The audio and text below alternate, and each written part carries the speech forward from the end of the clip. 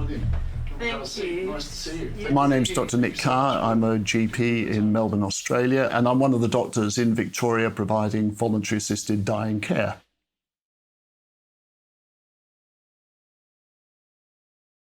Suicide is a choice between death and life. Voluntary assisted dying is a choice between two types of death. These people are going to die, and it's about, will I die in a manner which gives me a little bit more control, maybe makes it a little bit better, more comfortable, not just for me, but my loved ones and other people around me, or will I leave it to the chances of disease and illness and the medical profession?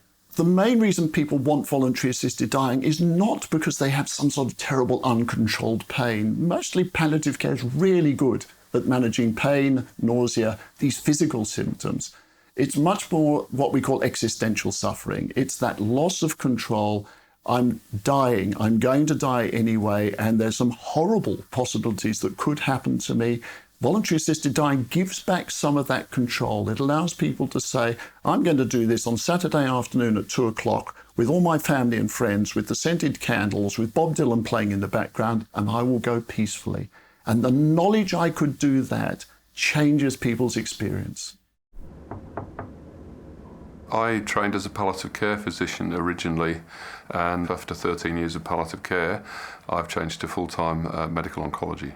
We work extremely hard to prevent this whole thing of a gruesome death. Now, do people have, does everybody have, for want of a better word, a death with dignity? And of course, no, not everybody does. But, the vast majority do and receive, excellent end-of-life care. So when someone wants to die, whose decision should that be? That's a very tricky question for which I don't think there is an honest answer.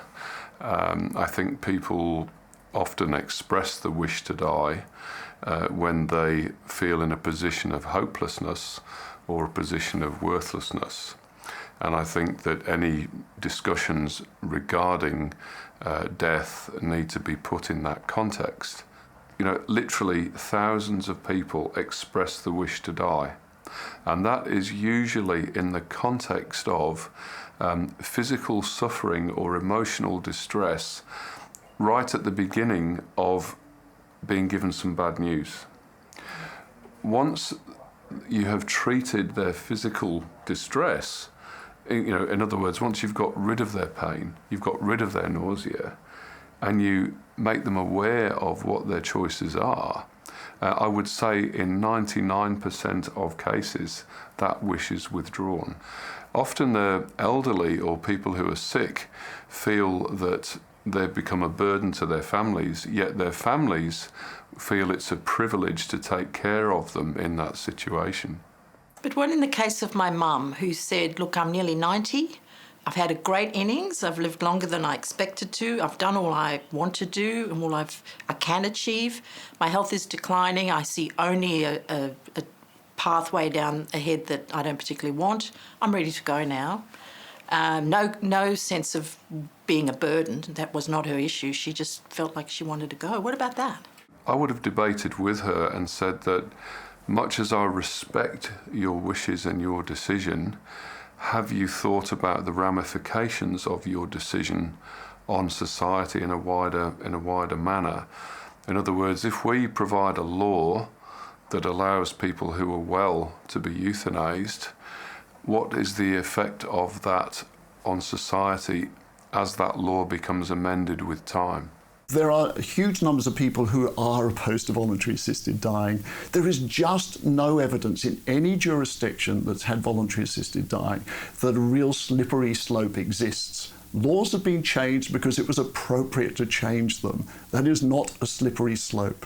There is no evidence that people are being coerced into dying. The question of coercion really perplexes me. I talked to a politician who was anti-VAD, voluntary assisted dying, and he said, oh, I know people, as soon as there's a law, they'll be getting granny bumped off so they can get the inheritance. I said, How on earth are they going to do that? Particularly if we have a legislation where there are multiple checks and balances. If you really believe that's what's happening, it would be happening now without a law.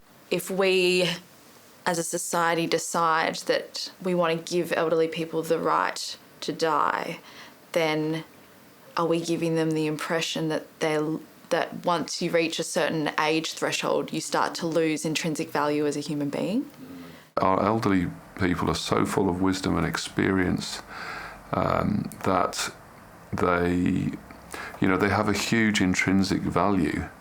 And I think sometimes they lose sight of how valuable they are, not just to their families, but to society as a whole.